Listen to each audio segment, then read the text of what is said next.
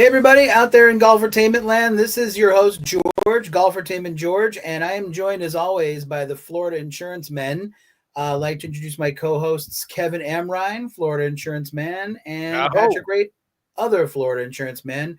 Welcome everybody. Welcome to our viewers on X, LinkedIn, Facebook, everywhere you go, there you are, and here we are.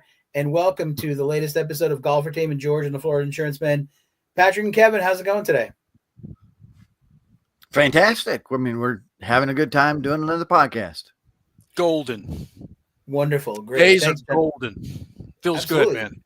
All right. Well, it's great to have you guys here. One of our topics today raised an internal question with me. It's like, if you are helped in a medical capacity by somebody without a basic medical training, but they save your life or they make you feel better, is that as okay as if you are treated by somebody with a basic medical training and they make you feel better or they don't make you feel better? Like, the reason I'm asking is that Patrick, you're going to give us the skinny on a Florida woman who was arrested for impersonating a nurse and who treated more than 4,000 patients with a stolen license. I mean, I can't believe that all 4,000 of these people didn't feel better or she didn't help alleviate their suffering after treating them. But I don't know. Someone must have noticed at some point. And Patrick, can you give us some more details about this maniacally helpful entity? So I'm always interested in a Florida person story, whether it's Florida man or Florida woman. And this is one of the most unique Florida person stories that I've seen in a while, in kind of a good way. So here's the thing. There's a hospital in Florida that had hired this woman, Autumn Bardisa, according to this article, who was hired initially as an advanced nurse tech, somebody who does things that are not directly nursing things, and began to work as an actual nurse along the way.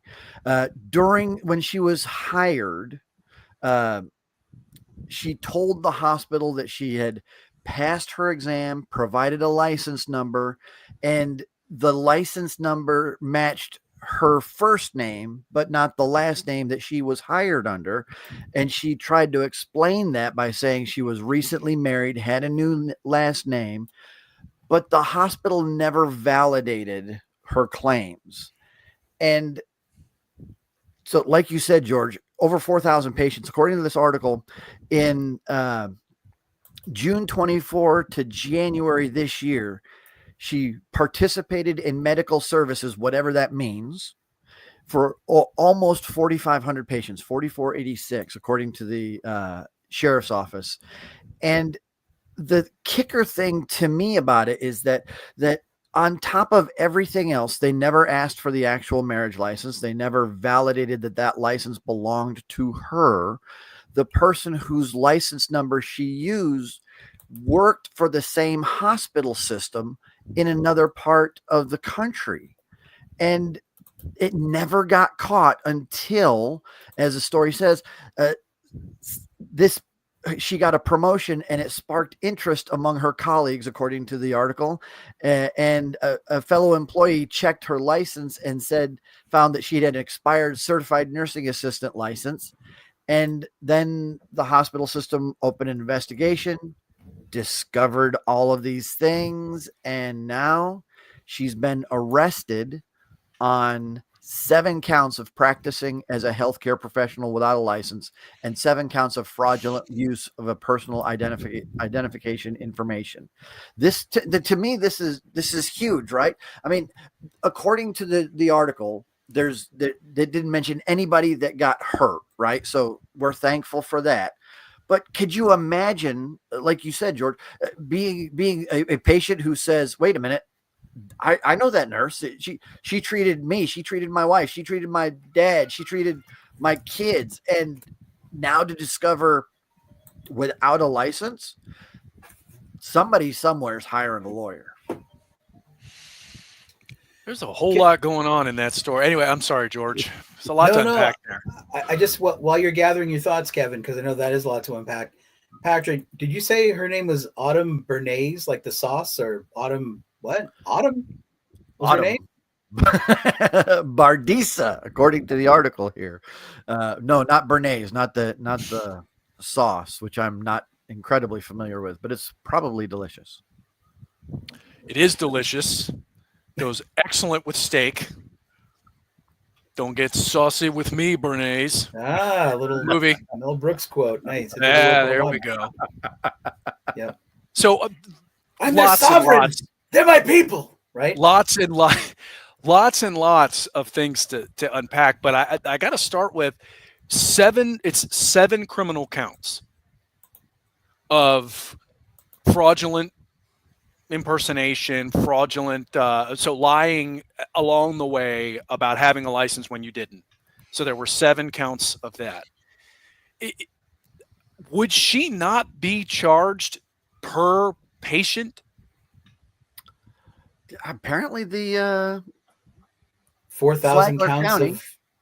I mean, I know that it gets ridiculous after a while, but Right. you would think that what would trigger that, what would be caring for a patient that you've been assigned to as a nurse and you weren't actually a nurse.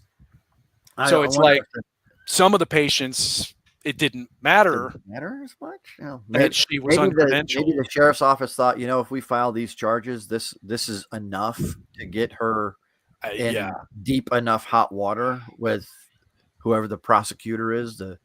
My goodness, you would have to think the state doesn't have too much difficulty getting this one done on the criminal side. What is more that is more fascinating.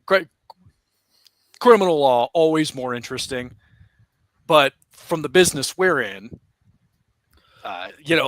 this windfall of civil remedy and that's going to follow is going to be also interesting to watch. The story is written for them. Every trial lawyer in the state that wants another Maserati just got one. Oh yeah. How many billboards do you think there are in Flagler County that say, "Hey, if you went to this hospital during this period of time, call now"? You're going to be seeing ads all over the country for that. When the stuff went down, when the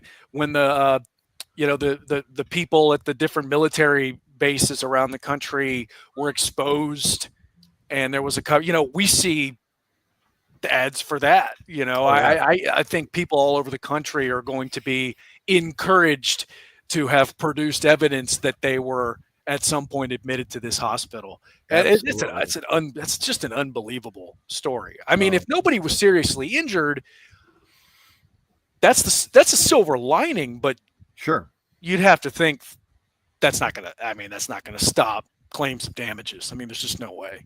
With that many people, and I hate to sound dry or academic about something like this, but with that many people, is it not possible that somebody did not have a good outcome? And when that family hears about this is a huge thing. It's not possible because she was the best. Oh, fair enough. She was Florence Nightingale and Clyde. She was the best criminal nurse ever. I thought I'd say that if she was going to choose a criminal career in faux, caregiving or something, there's a couple things. One, couldn't she have faked being a waitress and gotten that much less scrutiny, somewhere? And two, shouldn't she have picked an alias that was way more unassuming, like, say, Sarah Johnson, maybe, than Autumn Paranaccio or Bernays or whoever? Like, what would you say? I don't know, but I forget. But what do you think? A better name? I don't know. Name. It worked out. She knew of the other person, had shared the same first name, and found the license.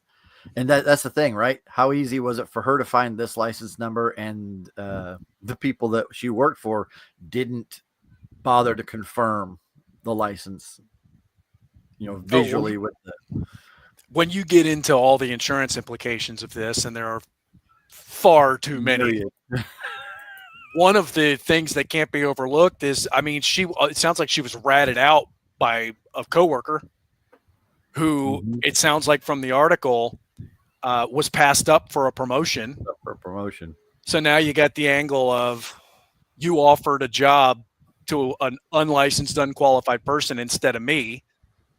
So on top of, all the other things, here's a nice little employment practice to chew on for a while. There you go. Oh, jealous, man, what a mess. Jealous people, jealous because this lady was the best at everything she did, and that was her downfall. I love George. You're just taking the high road with she was just the best at this, and she's just a good person trying to take care of people. You know what probably happened? There was probably a lot of jealousy, and there were probably some private investigators and some people like, hey, do a deep dive. We have got to find something. We got to destroy credibility. And they probably investigated, and they were looking for something way down here, deep, going into family backgrounds and things. And then somebody, for whatever reason, just said, have we run a licensee search on this person yet? Like, let's go back to the top. Back there. There it is. Stick it. Got it. That's the smoking gun. Totally jealous of Autumn Zoom Schwartz Bonfigliano. The Mother Teresa of criminally negligent, selfless helpers, I'd say. Do you think she ends up working as a volunteer in the whatever state institution she ends up residing in for a while? Whatever state institution? Yeah, I see. I don't know. So, is there any other kind of liability that you can think of that she perpetrated here? That besides, medical ethics, the risks patients face when trust is broken. I mean, do you think that she earned people's trust? Like, because the article didn't say anyone's like she cut off the wrong little toe or what, Do you think if a case came up? This is a situation of somebody who's dealing with people where you've absolutely got to trust in the people, right? Because you're in a hospital for whatever reason, and to some degree unable to care for yourself, and you need somebody to help. And I mean, there's the hospital is going to have issues. People could sue her personally. However, it would seem that there's probably not a whole lot can be done practically, for that. I mean, this is the insurance implications, that medical malpractice from the hospital, employment practices we were talking about, negligent hiring. Yeah, the hiring, the supervision. Yeah, it's going to go all the way to the top. But Kevin, if Everly was in the hospital, and kind of like in Star Trek 4 when Dr. McCoy went to that old lady and gave her 2 pills and got her off dialysis and they restored her kidneys, and then you found out that the doctor or nurse was a fake, would that matter to you? Would you press charges? Would you say thank you for saving her life, Autumn Biscotti or whatever, whoever she is, whatever the name. I don't know. That's a good question, man. That's a good question. Obviously I would be really grateful for the good care, which is what I would expect. I got to tell you, it would be tough to overlook that they let this. The lack of the lack of trust. It'd be tough to overlook, man. And I'd love to sit here and say, no, I'm looking at my healthy kid, but I don't know. And then of course, when it all starts to come out that the whole thing was a sham, and I'm just going to leave it at, I really hope I never am put in that position. Okay. Yeah. And that we hope that everything turned out well for those 4,500 different people. Of course. And I'm sure, hope maybe she wasn't in the type of role where she was administering medication. I mean, I would assume she was. You would think that as a nurse, you would be doing things that would, directly affect the client's health, the patient's health. But I'm sure they're going to do a lot of research. The legal people get involved, the HR people get involved. They'll do all kinds of research and find out exactly what she was doing, to who, when, how, who signed off on it. But yeah, man, if I got good care, that's obviously a wonderful thing. But I don't know, man. Allowing an uncredentialed person, when I'm expecting them to be credentialed to treat my child, would be a tough thing to get over. Not to be too serious about it. It's, Yeah. No. I don't mean to bring the party. I do have a reasonably serious question.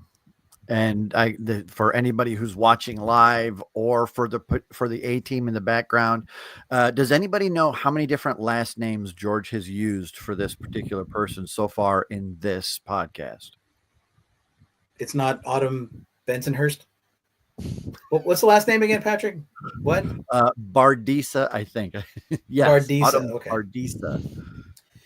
Well, if you can remember all the last names, please comment. If you can, please comment whether or not, if Autumn Bardisa saved your life, would you think that's an ethical violation? Would you not trust the hospital more than you trust Autumn? Because I would trust Autumn with my. If you are Autumn Bardisa and you're watching this live recording of this podcast, please share your side. Put your side of the story in the chat right now. Reach out. Yeah.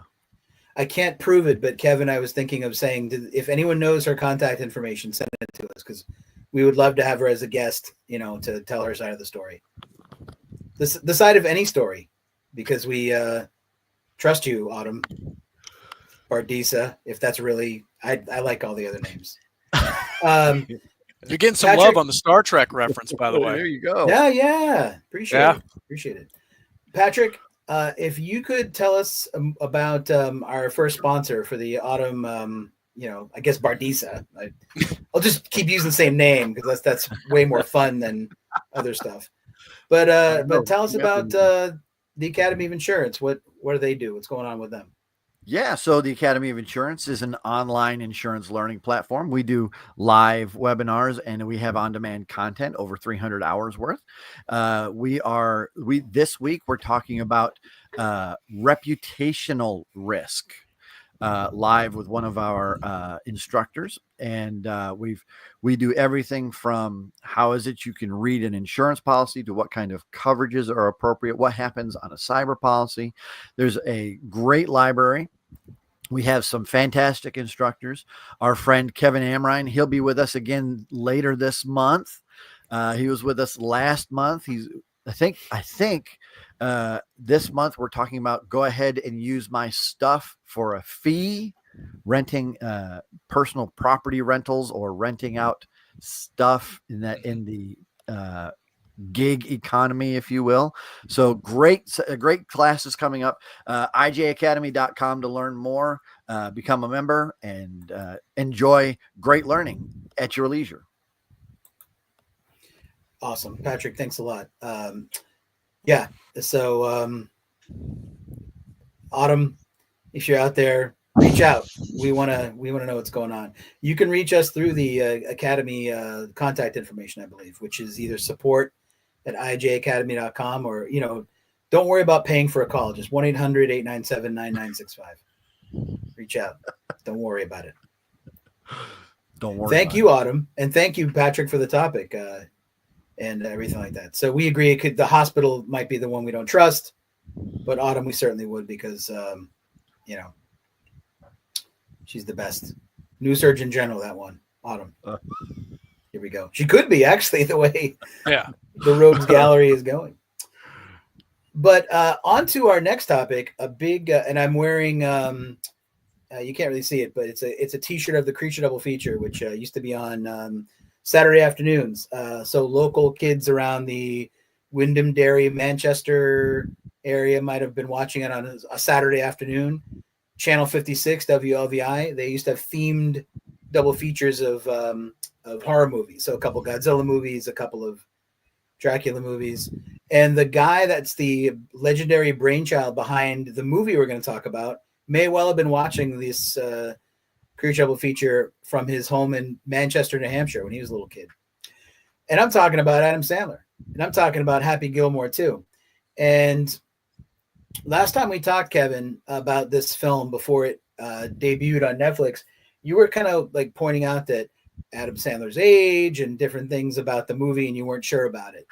But since we've all had a chance to check it out, Kevin, has your viewpoint changed on it? Can you recommend it? Did it get worse for you? Like, how did what's your now new take on it, or is it the same take?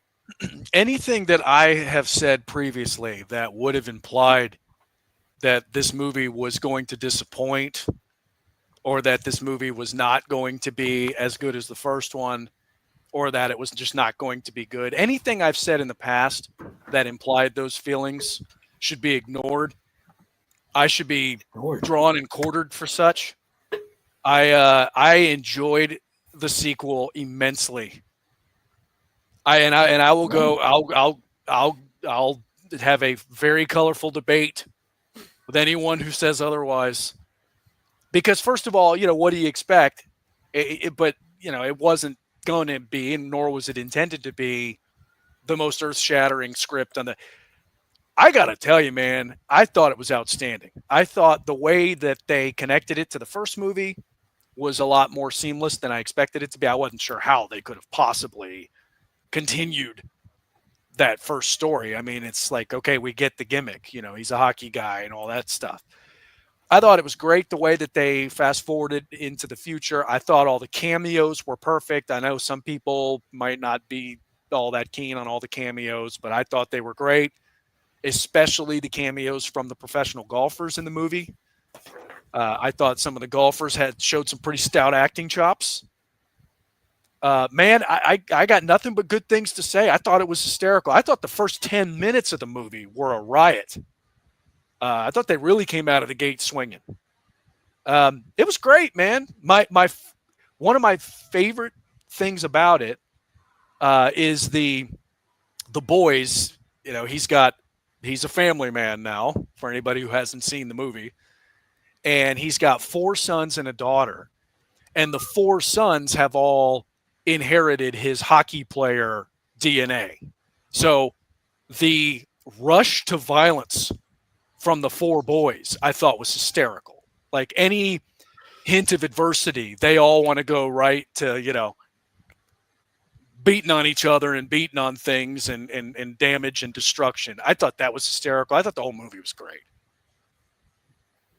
Yeah. Patrick, how about you? Did you check out some of it, all of it? I have not partaken, but what I can tell you is that from what I have seen, because there are trailers out there everywhere, it is at least what you'd expect from what I've seen, and I will defer to Kevin's recollections, and I we had a conversation about this yesterday that went even more in depth. I know we probably should not give out any spoilers or anything, but yes, it was. I believe it's probably exactly what you expect it to be. And if you're looking for a particular kind of movie and you get what you're looking for, that's what you want, right? I mean, I don't go to the Indiana Jones series for great acting. I go to that for gunshots, explosions, and people getting punched. That's what I'm watching. Sure. So I feel like you both touched on like why not just the Happy Gilmore formula works, because it was the formula, the new movie, but it wasn't the formula. Adam Sandler gives people what they want, and he's given it to them given to us for a long time. There's no, like, it's not like Kiss when they did the music from The Elder and they veered off of their normal course and people didn't like it because it was starkly different from what they had offered, previously, and they got back into it. But there's comedians or comedy directors and writers that when they try their old formula and they just keep the old formula and they say that it's they try to put it in a current atmosphere, and it's like the guys in the movie are too they haven't aged enough, or the like Jay and Silent Bob reboot was 1/100th as good as Jay and Silent Bob Strike Back, for example, because Kevin Smith's comedy isn't keeping up with the times. It isn't age appropriate, as Happy Gilmore said in the movie. Not about that film, but like when Cheech and Chong tried to do a clean movie or a clean album, it didn't really fly, you know. But Happy Gilmore 2 does that. It like has the same vibe, but in an updated atmosphere. Like you said, Kevin, he's a family man now, so he's him, but he's dealing with problems that he would deal with when he's like in his late 50s. You know what I mean? And some more extreme ones, like with the death of you know, with deaths in the movie. I'll just say that if you haven't seen it, like, and him like working through how he feels about that stuff. Kevin, what did you? There was a quote, and I can't remember who did the quote or gave the quote, but if you're the best, does that make everyone else the worst? Do you remember that line from the movie? I do, and I can't remember who said it either. I don't know if that was the Nemesis. I feel like it was at that dinner before the night before the tournament started. You know, like one of the guys in the yellow jacket said it. I don't know, but yeah, I think you're right. I would like to see it again. I mean, man, you know. Anyway, as you were.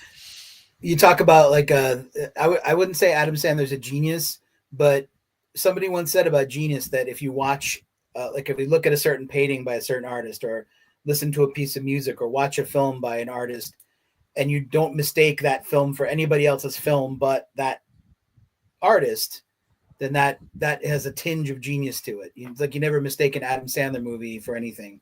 There's tons, like the cameos are great. There's tons of beats. You know, it's like a quick. Oh, there's Travis Kelce. Oh wait, there's Vern Lundquist. You know, like he really cared about the arc of golf heritage being touched on in the movie. You know, like Bad Bunny as the waiter, who then became the caddy. Yeah, who then kept offering him breadsticks like he was a waiter, but he was a caddy. Shooter. Kind of like I guess I can't say too many spoilers, but just the mix I actually of have a question. Oh, please do. Sorry, I didn't mean to interrupt, but I do have a question. How did they handle or did they handle Chubbs? Because I know from what I'd read initially, the idea was that Carl Weathers would come back and play the character again. Did they deal with this or yes. not? There is a Chubbs character. It's not Carl Weathers. It is acknowledged in the movie that Chubbs is gone. Which, I mean, obviously he was gone. He died in the first movie. But it's a family member of his who has playing a similar role. Yeah. Played by an actor that you've seen in a bunch of stuff, but don't know the name of necessarily, but you've seen it, that it's a comfortable thing. It makes you feel comfortable with the idea. Yeah. So it's Chubb. It's a person related to Chubbs that Happy seeks out for guidance. Yeah, so they covered it. They didn't omit Chubbs from the story. His character is still there, sort of, in spirit. Yeah. So that, to me, that shows, like George was talking about, that kind of that stroke of genius a little bit, to make the appropriate nods back, but not necessarily to try and recreate exactly what was. I think that was probably pretty good. Yeah, when the Rolling Stones had their press conference to announce their Steel Wheels tour in 1989, they said, "This is not a nostalgia tour. This is the Rolling Stones in 1989. This is our current version. This is our current music," things like that. So it doesn't play off of anything else. Like it pays tribute to the first movie, but it's its own entity. And tons of Eric Andre's in it. The prank comedian guy. It's got Oscar-nominated Firepower with Haley Joel Osment as that enemy golfer guy. Just fantastic stuff. I don't know. So Kevin, it won you over. Oh, absolutely. I thought it was great. Anybody that watches that movie and doesn't crack a smile, I don't know. I feel it's corn. Yeah, it's cheesy, corny, all the above, but fun. And there's Sandler shows some pretty good acting chops in the movie. Uh, he's a very he's very believable when he's down. You know, when he goes through his character in the movie falls at one point into a dark place. Things aren't going well for him, and he's got some issues with alcohol. I mean, none of this is a big spoiler. He's got some issues with booze he's got to deal with, and he's dealing with his family. He's trying to do right by his family, even though he's kind of feeling sorry for himself because things aren't going. And he plays that very well. You know, so he's not a total cart lampooning himself and, you know, hey, look at me, I'm a, washed up comic, but I'm still trying to be hilarious all the time. So he shows some pretty good acting chops that I have not seen out of him previously. But yeah, I thought it was a good blend of, I thought the cameos were great. I'm not sure that the parts would have landed as well if they'd have just had regular actors playing them. I think the movie was very clearly written so that anybody that wanted a part could get, that was a fan of the first movie could get a part in the second movie. But it was good. The golfers, particularly the golfers that, for anybody watching this that know about professional golf and know about the big split with the leagues, the golfers who are part of the Live Tour that are in Happy Gilmore 2, I'm very impressed with.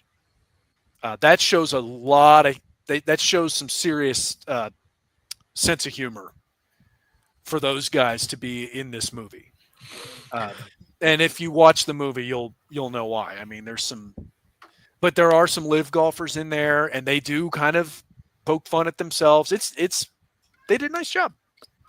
So you both mentioned the number of cameos and like, what's worse, to not have been asked by the production company to be a cameo in the film, or to have been asked and said, "Nah, I'll pass"?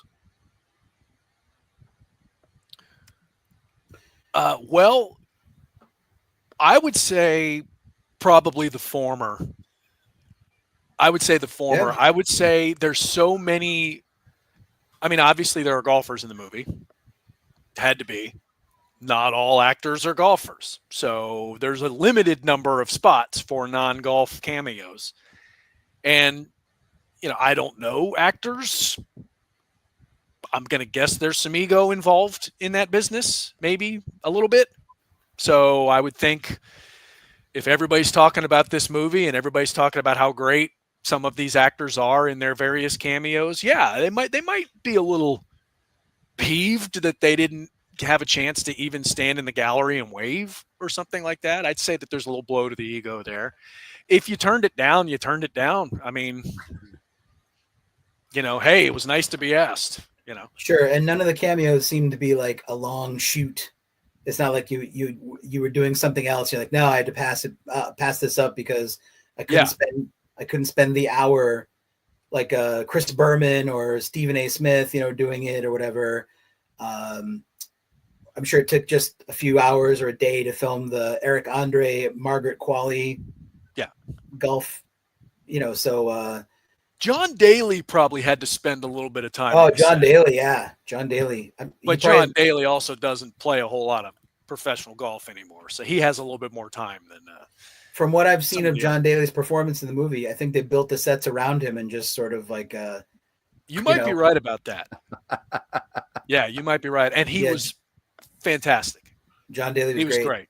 Yeah. Absolutely. And you said not all actors are golfers, and not all golfers are actors, but the ones that were acting or could perform a little were great. I don't know, just and you said something. I don't think you were saying that Adam Sandler's washed up, but I think it's a testament to the fact to how not washed up he is, that he could attract so many cameos, friends, admirers of him, admirers of Happy Gilmore, to participate in the film. Oh, absolutely. Yeah. No, I think it was he didn't. I feel like he didn't try to reenact the way that he played the character in the first movie. He wasn't trying to Yeah. look younger. He wasn't trying to act the same. He was, you know, and how convincing he was as an older person, as an older version of this character that was a total cartoon. I mean, if you watch the original movie, it was completely ridiculous. But it was believable. Like okay, if that character from the original movie actually did age, this is exactly what would have happened. He looked like it was a believable story. It was impressive. Don Jergler, there aren't a lot of Star Trek references in Happy Gilmore 2, but I would say John Daly, check it out. I think John Daly's the William Shatner of golf based on his performance in the film. You know, like he gave a very Shatner-y kind of out of body performance. John Daly's great. He's my new favorite. He was really good. And, also, but not really, how good of a time is it to be Scotty Scheffler right now? The man is very clearly the greatest golfer on the face of the earth, one of the best ever. He's accomplished that in a fairly short amount of time. And the only beef that anybody could ever really say is that he seems a little dull. People like him because he's pretty honest guy, but he doesn't seem to show that he's got this incredible sense of humor or anything. And then he does Happy Gilmore 2, and you're like, come on. Is there anything this guy can't do? Like get out of here. Of course he's in the movie, and of course he's great. Absolutely. Yeah. So for all the golf fanatics out there, you're going to see a lot of some of the tour players much better acting chops than others. I got to tell you, some of the guys they got to be in the movie were very surprising. But it's still kind of hot off the press. I don't want to get too deep into it. Check it out. So Patrick liked the trailer. So the consensus is the trailer's really cool. Kevin, you dug it? Thumbs up, 2 thumbs up? 2 thumbs up. Thought it was great. Wish that Shooter McGavin could have done a little more, but he's there. Shooter McGavin as the kind of Hannibal Lecter-ish character that gets reformed and doesn't. His performance is fantastic. What's this now? When he takes over Brooks Koepka in the lineup and he's like sipping that Pepsi. What's this? Yeah, he's great. That dude. So Kevin, our discussion on Happy Gilmore 2 is brought to you by the FISCE. Can you tell us a little more about what's going on with that crew? Indeed. So the Florida Insurance School Continuing Education, the FISCE, it's a Florida school, Florida-based, but we also do programs in other states. So what we do are live webinars, CE webinars, and they're taught by lots of different people. Mr. Rate over here being one of them. We've got about a dozen or so instructors that rotate many different topics, many different things, commercial lines, personal lines, financial stuff, you name it.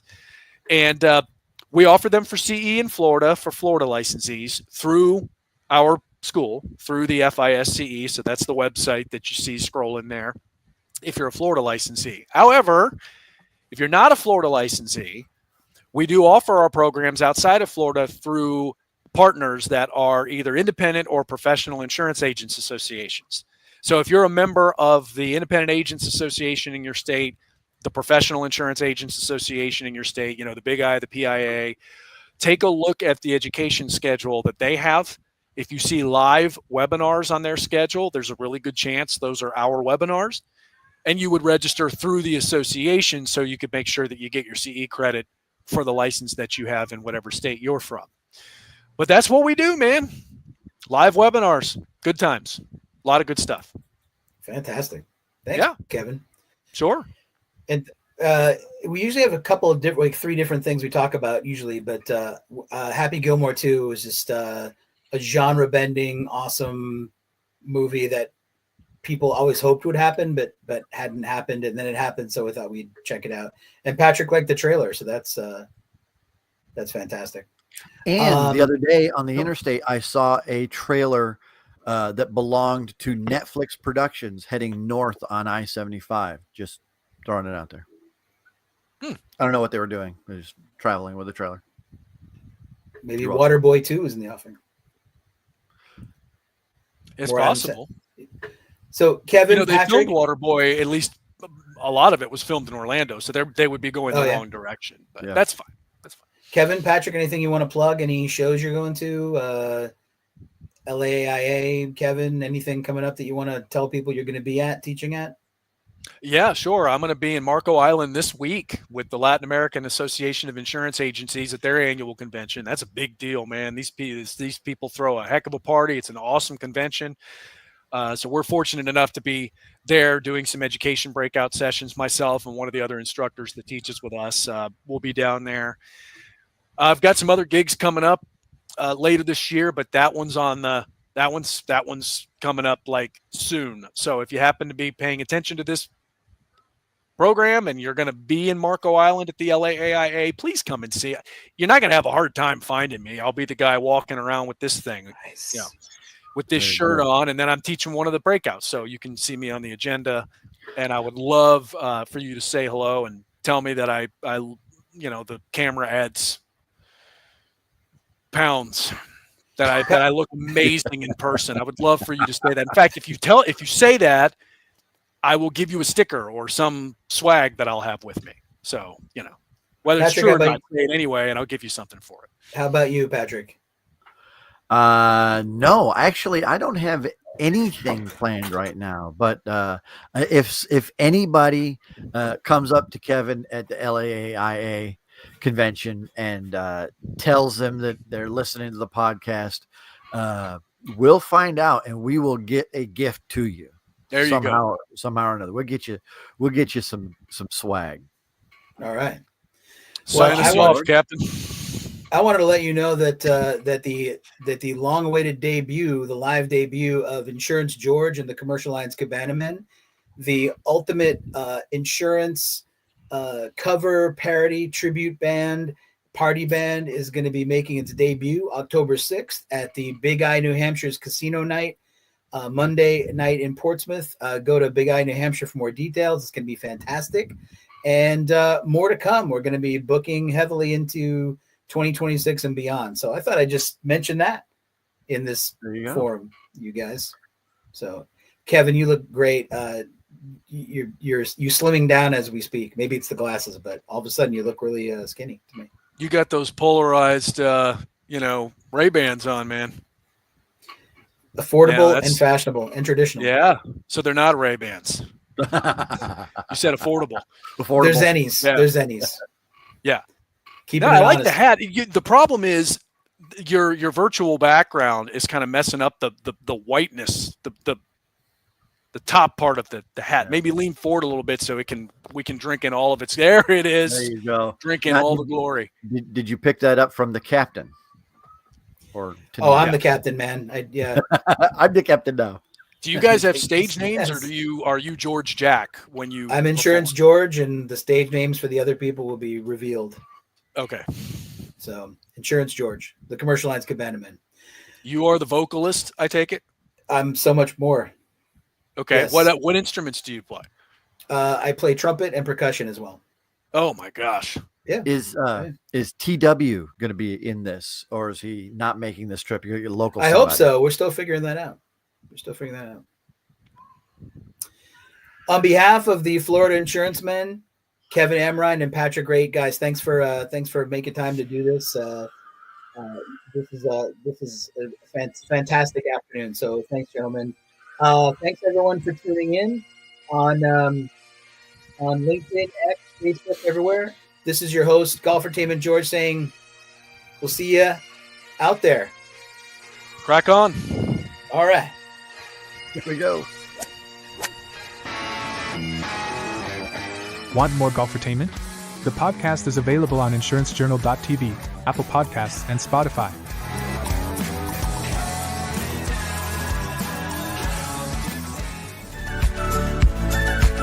Check out the weekly Insurance Journal Academy classes and after show.